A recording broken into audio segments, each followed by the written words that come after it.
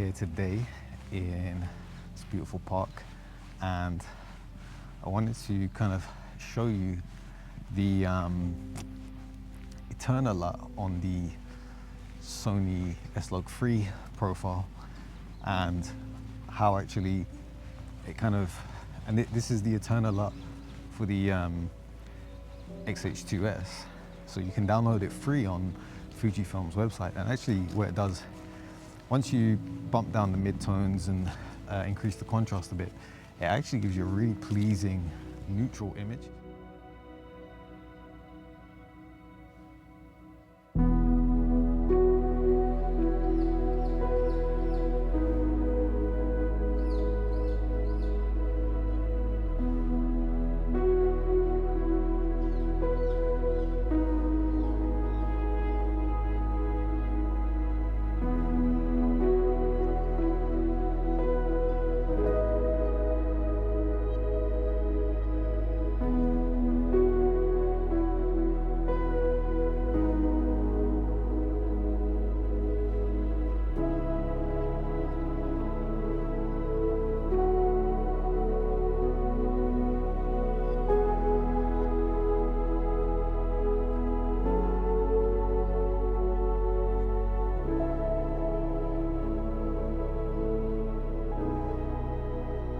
Such a beautiful place.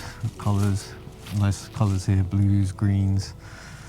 And I think that's the best way for me to kind of like show it, rather than just kind of doing that at home thing. And then it's also fun to get out and record, you know. And this is something that Harris discovered when we were obviously filming with the XH2S and with the FX3 before he got an FX3, because we were trying to figure out like how to match the two. And then he was like, oh, what if we use the LUT, would that work? And then surprisingly it did. And so what you'll notice in the difference is, from what I've seen, the Sony tends to lean more to yellow, and then the Fuji, you could say, is more magenta, but for me the Fuji seems to be a bit more natural. Not either one is bad, it's just a preference, but you know, it's a free LUT that you get to download.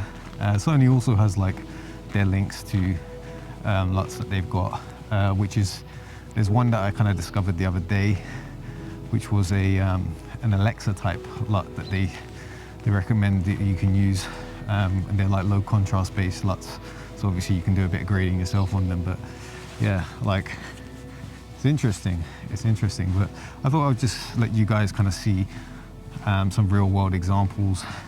Hopefully you like it. In any case, I get to be outside in nature and enjoy peace and quiet, you know.